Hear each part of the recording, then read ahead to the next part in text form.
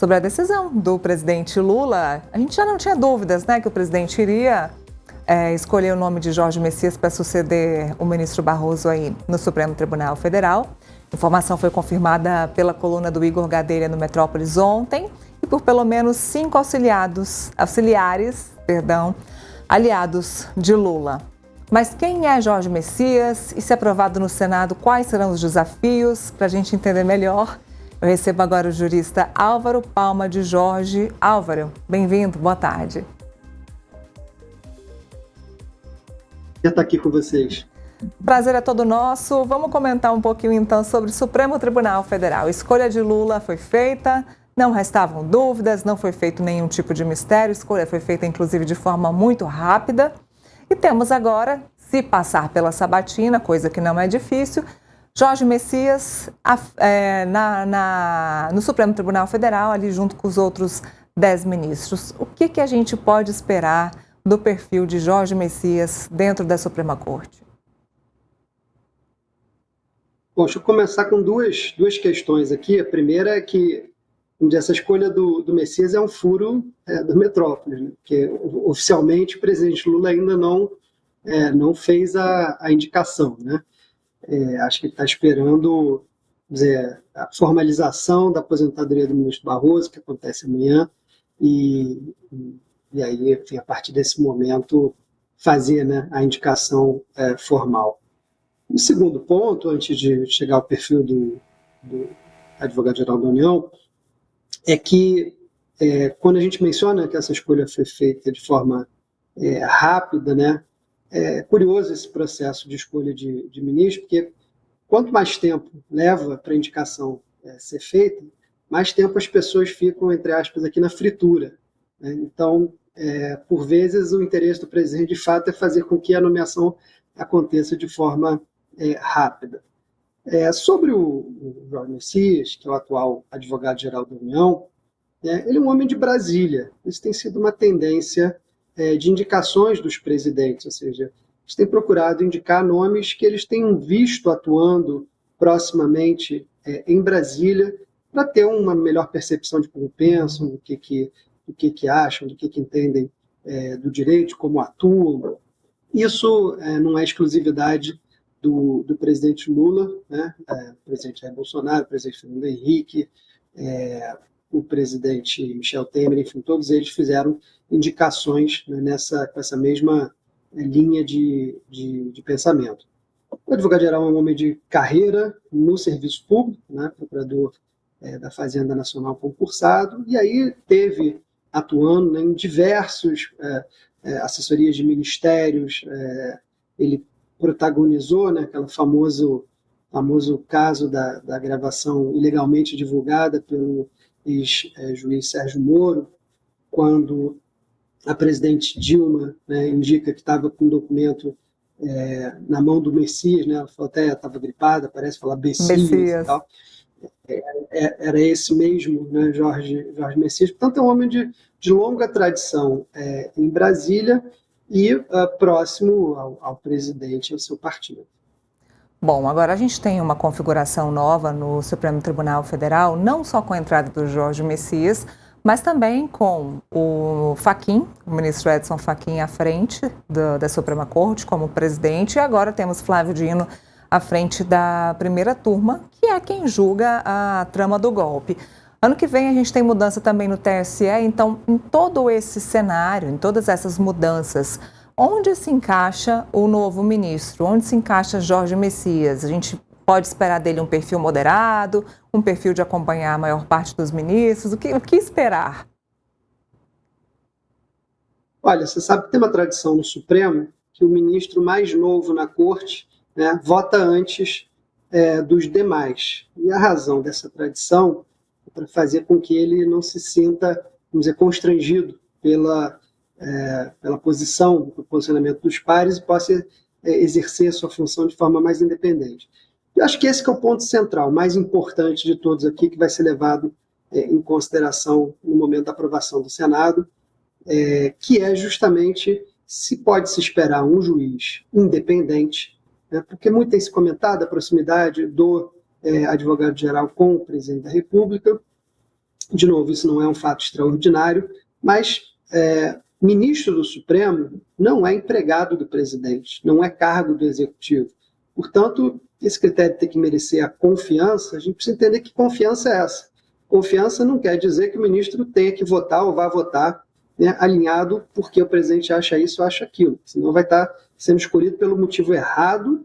E quando chega na corte, os constrangimentos institucionais são outros, né? Você tem uma série de exemplos de ministros que foram indicados para a corte e acabaram votando em momentos decisivos de forma contrária aos interesses do presidente que os nomeou, né? O advogado-geral da União, ele hoje, né, é difícil a gente, vamos dizer, antecipar qual vai ser o papel dele, especialmente em relação a como ele vai pensar as causas que vão ser submetidas ao Supremo. O que a gente tem de expectativa da presidência do ministro Fachin é que muitas causas de direitos fundamentais, contornos de direitos fundamentais, venham a ser analisadas pelo Supremo. Se o ministro, se o futuro ministro, né, Messias, for, vamos dizer, alinhado com a visão de mundo do presidente Lula, a gente provavelmente vai ter um ministro mais voltado, né, à proteção do papel do Estado. Ele, na tese de doutorado dele, inclusive, disse que vivemos, durante o governo do presidente Bolsonaro, um ultraliberalismo, que eu nem concordo com a expressão, mas isso demonstra que um pouco como pensa o ministro em relação ao Estado.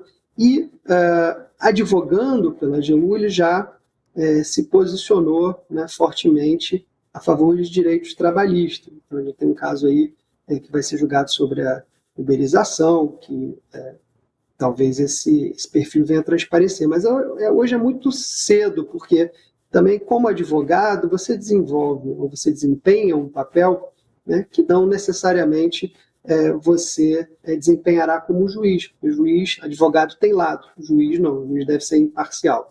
Então, ainda acho que é um grande questionamento, né, de como será essa presença do ministro Messias na corte, né? O que dá para, né, antecipar é que, de fato, não será um juiz ultraliberal no sentido econômico e que tenderá a ser um juiz, pelo que já falou e escreveu, expansionista em termos de direitos fundamentais. Agora, você falou juiz, e eu vou aproveitar esse gancho, porque a gente não vê juiz de carreira, acho que com exceção do ministro Fux, não temos juízes de carreira dentro do Supremo Tribunal Federal. Isso não é um problema, não pode se tornar um problema? O notório saber jurídico, de fato, já resolve essa situação? Olha, não é requisito para você ser ministro do Supremo você ser juiz de carreira, né?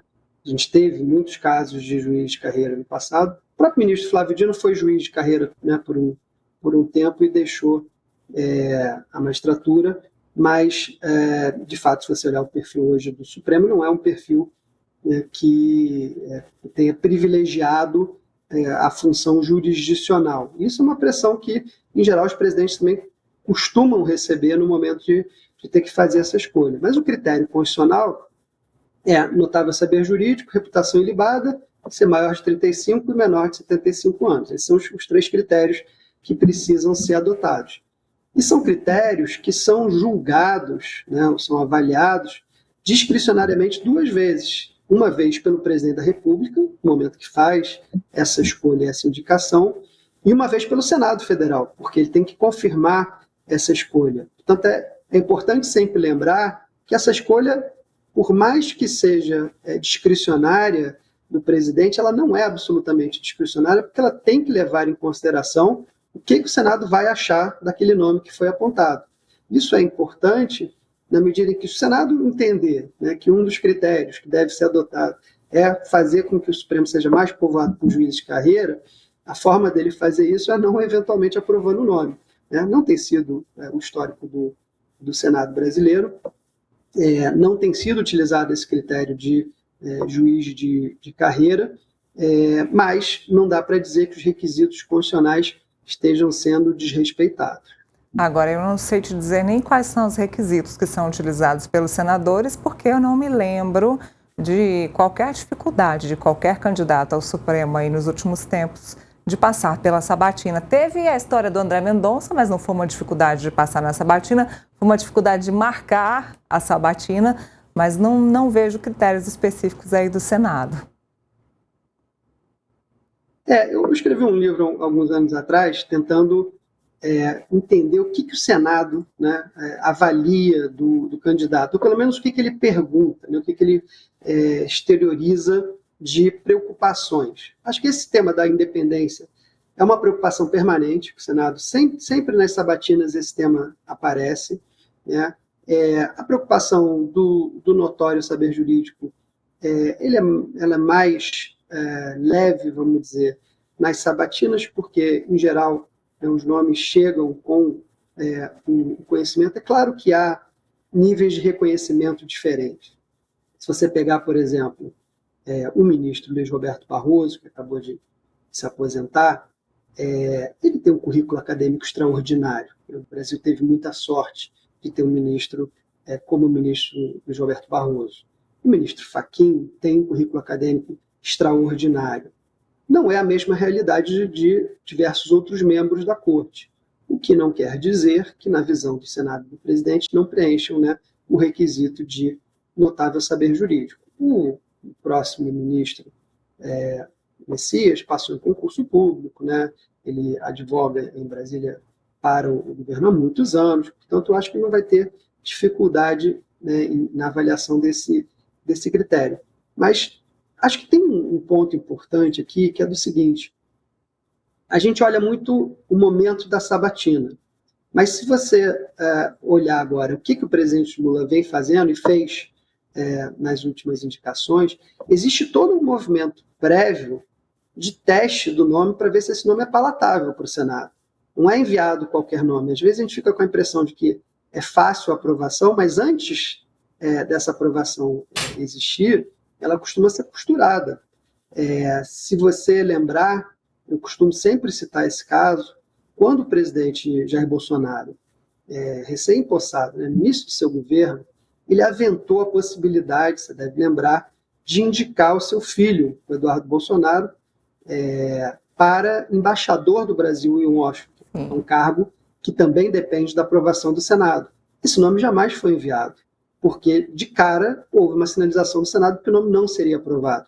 Então, existe um movimento prévio, existe um conjunto de testes, né, de nomes que são previamente realizados para justamente evitar uma derrota ou algum constrangimento maior no Senado. Mas acho que a tendência é que esses processos, inclusive por conta da polarização política, se tornem cada vez mais contundentes, que as perguntas sejam mais duras, que os senadores sejam mais diligentes no papel de averiguar, e um nome como o ministro Messias, que não tem, por exemplo, como tinha o ministro Barroso, uma longa produção acadêmica, né, vai ser papel do Senado investigar o que já escreveu, o que pensa, né, quais as relações que tem, quais os contatos, eventualmente quem é que o apoiou para ir para a vaga, e assim vai ser um papel central que o Senado deve desenvolver e já vem antes do momento formal dessa sabatina. Muito bem, agora resta a gente esperar o anúncio oficial, né? O anúncio oficial do novo ministro, resta a gente esperar também a data da sabatina. E Álvaro, eu te agradeço muito pela análise, pelas explicações aqui no Contexto Metrópolis. Muito obrigada. Prazer estar aqui com você, com a audiência. Até a próxima. Estão me pedindo para ver mais uma matéria aí com vocês.